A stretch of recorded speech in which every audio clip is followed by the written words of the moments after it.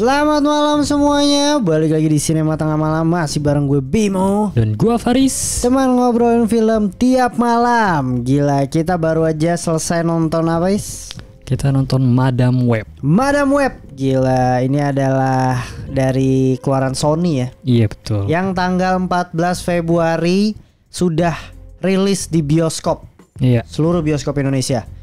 Gitu. Jadi bercerita tentang apa? Jadi ceritanya adalah tentang Cassandra Webb yang dia tuh bisa dibilang apa ya? Ini petugas medis kali ya, tapi yang ambulans gitu. Iya. Gitu. Jadi dia suka namatin orang-orang berbahaya. Tapi ternyata dia punya background gitu ya, seorang ibunya yang pernah memasuki hutan Amazon, tapi ternyata di hutan itu ibunya diselamatkan oleh suku di sana lah. Gitu, yang akhirnya dia tergigit sama laba-laba. Ya gue nggak tahu jenis laba-labanya sama kayak Spider-Man atau enggak, yang jelas beda gitu ya. Dan Cassandranya yang nggak pernah lihat ibunya di kota, dia nggak tahu kalau dia punya kekuatan. Jadi kekuatannya adalah bisa melihat masa depan ya, salah satunya. Betul. Visionnya ada terlihat gitu. Dan tadi kita datang screening di Sony, luar biasa sih. Gue nggak nyangka tiba-tiba ada tarot gitu. Lu boleh bisa melihat masa depan ya. Iya itu gue tadinya emang Madam Web pemain tarot anjir. Kayak enggak deh kayaknya deh. Ternyata pas gue nonton filmnya, oh dia bisa melihat visi gitu ke depannya gitu loh. Iya. Cukup menarik gitu. Dan di sini adalah yang bikin gue tertarik lagi adalah di sini ada Ben Parker, bro. Gila. Iya, Uncle Ben. Gila. Gue nggak tahu sama sekali sih, karena gue nggak nonton trailernya jujur ya. Jadi gue cuma tahu karakter Madam Web doang gitu. Dan gue lumayan kaget sih ketika ada Uncle Ben. Dan porsinya lumayan banyak ya. Banyak. Di plotnya, karena bantu si Cassandranya banget dia ternyata. Iya. Di situ yang gue juga shock, dan ternyata banyak banget momen-momen yang penonton itu tepuk tangan dan teriak gitu. Dan gila, Uncle Ben men gitu. Mungkin salah satu karakter ikonik yang kalau kita lihat cuma meninggal mulu di Spider-Man kan. Iya.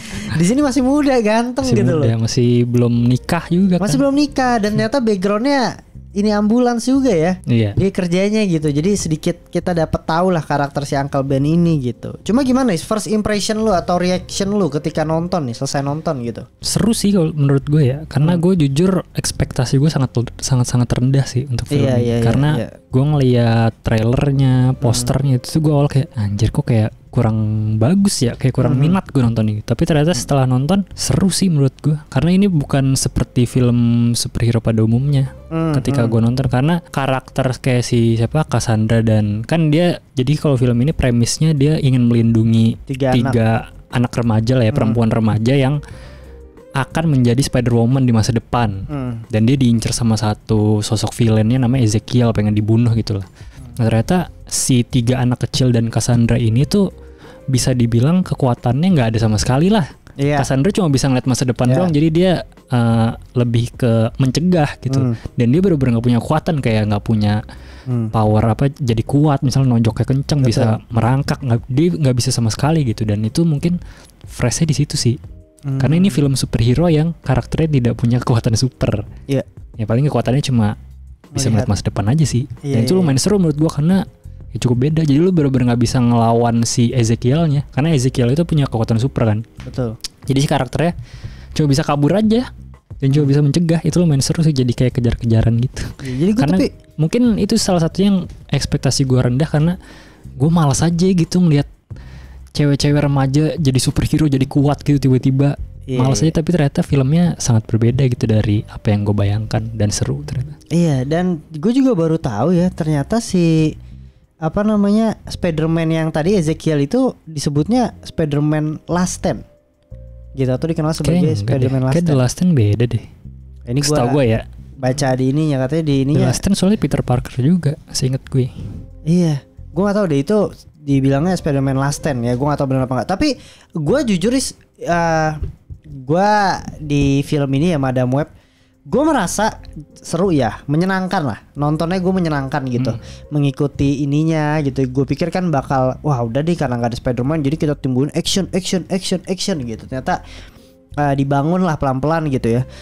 Cuma kayaknya gue merasa di sini sedikit kekurangan adalah kayak terburu-buru menurut gue tuh. Banyak hal yang kayaknya bisa jauh lebih pelan atau terburu-buru, jadinya tuh kayak nggak ada beberapa yang hit and miss aja ke gue gitu, naik turun banget gitu loh plotnya. Kalau di gue sih gue ngerasa seperti itu. Jadi banyak plot hole gitu. Salah satu gue suka sebenarnya dengan si siapa namanya Casey melindungi 3 anak ini gitu loh. Pertemuannya oke, pertemuannya secara ketidaksengajaan dan lain sebagainya gitu. Tapi ngebentuknya itu loh, ngebentuk khususnya 3 orang ini, sesama 3 orang ini. Kalau si Casey dan 3 orang ini oke lah, gue tidak mempermasalahkan. Tapi 3 orang ini untuk cara bertemannya dan lain sebagainya itu menurut gue terlalu singkat gitu loh. Cuma mungkin durasi juga kali ya. Tidak banyak kejadian-kejadian yang menurut gue bisa ngebuat mereka tuh erat, terlepas dari punya background yang sama gitu. Itu sih. Sama ada beberapa juga yang si Ezekiel gue suka sebenarnya sama karakter dia tuh. Kayak apa ya, villainnya gitu. Tapi gue tidak mengetahui dan tidak mungkin gue yang kurang connect gitu ya. Tujuannya dia tuh sebenarnya apa gitu.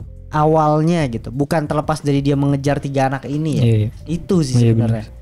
Iya, maksudnya motivasi dia ingin mendapatkan laba-labanya itu kan ya. Powernya itu kayak gak jelas sih dia pengen jadi apa gitu kan. Pengen jadi nguasain dunia atau apa emang cuma pengen dapetin kekuatannya doang gitu. Iya sih. Cuma itu sih. Tapi gue kayak merasa ada yang janggal gitu sama Ezekiel. Kenapa ya?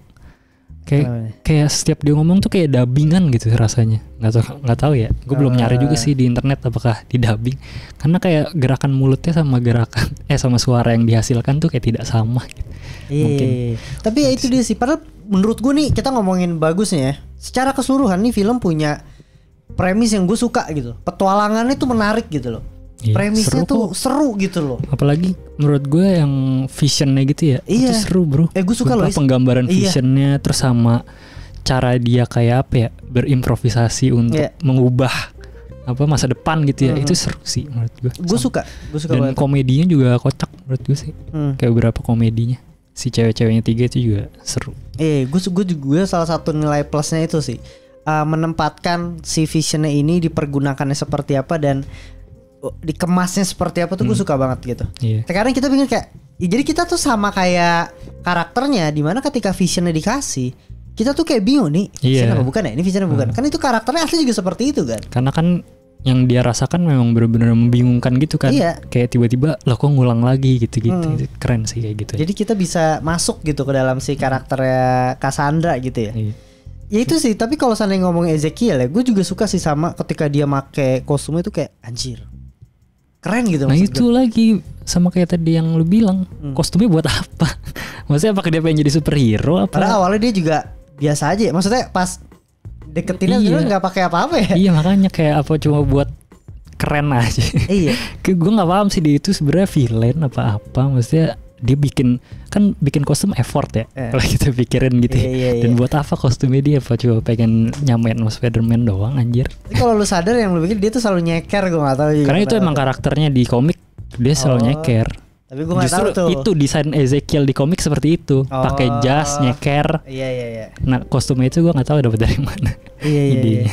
Tapi emang gue suka sih powernya dia gitu, kayak kuat banget gitu ya. Di sini. Seru. Cuma itu sih kekurangannya tipis aja deh. Itu doang, terlalu terburu-buru. Jadi banyak plot hole gitu, kayak Ezekiel untuk mengejar 3 orang ini mendapatkan suatu alat juga terlalu mudah, semua tuh menurut gua serba cepat, serba mudah gitu ya. Dan serba gampang gitu. Kayak contoh aja nih gitu. Ini nggak spoiler gitu ya. Ya pasti kan si Cassandranya pengen mencari tahu jati dirinya gitu loh. Ke tempat ibunya gitu loh. Tapi semudah itu dan segampang itu semua terjadi gitu loh maksud gua. Itu sih itu part yang gua ngerasa gua nggak suka kayak di situ sih. Karena nggak logis aja sih menurut gue juga. 1 nggak logis, 2 eksekusinya sangat cepat. Yang nggak logis tuh kayak apa ya, yang merasa kurang di gue ini karena ini kondisinya ya, kondisi filmnya gue ceritain. Jadi dia tuh baru ketemu si cewek itu kan, terus ingin melindungi, bener-bener pokoknya momennya lagi parah banget dah, lagi diincer banget tuh si 3 cewek. Tapi tiba-tiba si Cassandra decide untuk gue harus ke Peru di tengah-tengah kondisi lagi chaos gitu. Si cewek itu lagi diincer gitu.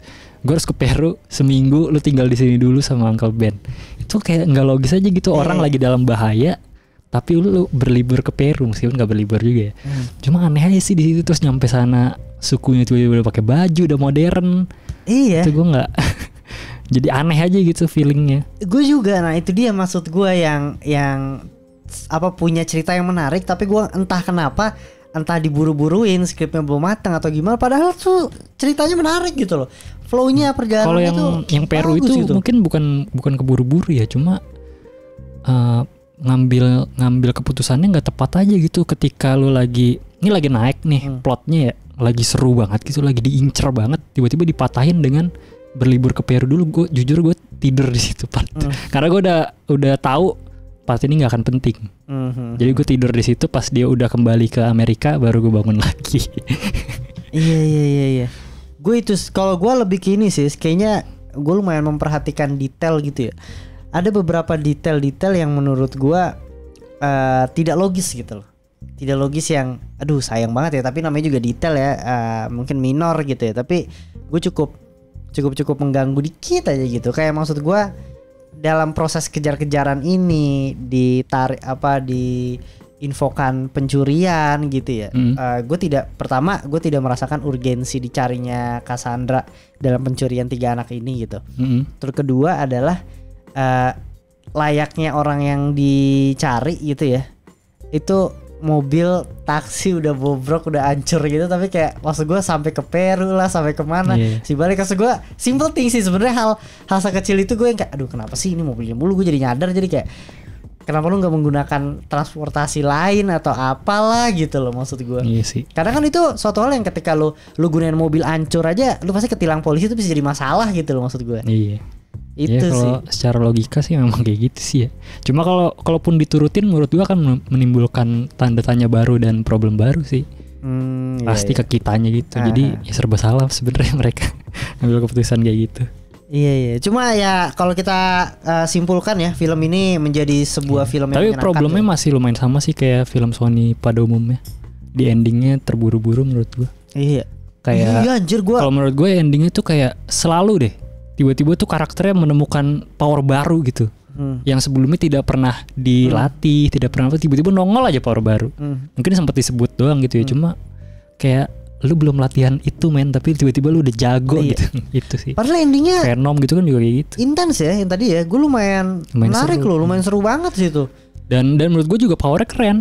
Powernya cukup keren. Cuma ya itu sih, kayak tiba-tiba lu jago aja menggunakan power itu, tiba-tiba jadi superhero keren lah gitu. Venom menurut gue juga gitu sih. Iya, Morbius. Iya. Yang tiba-tiba endingnya GG gitu kan.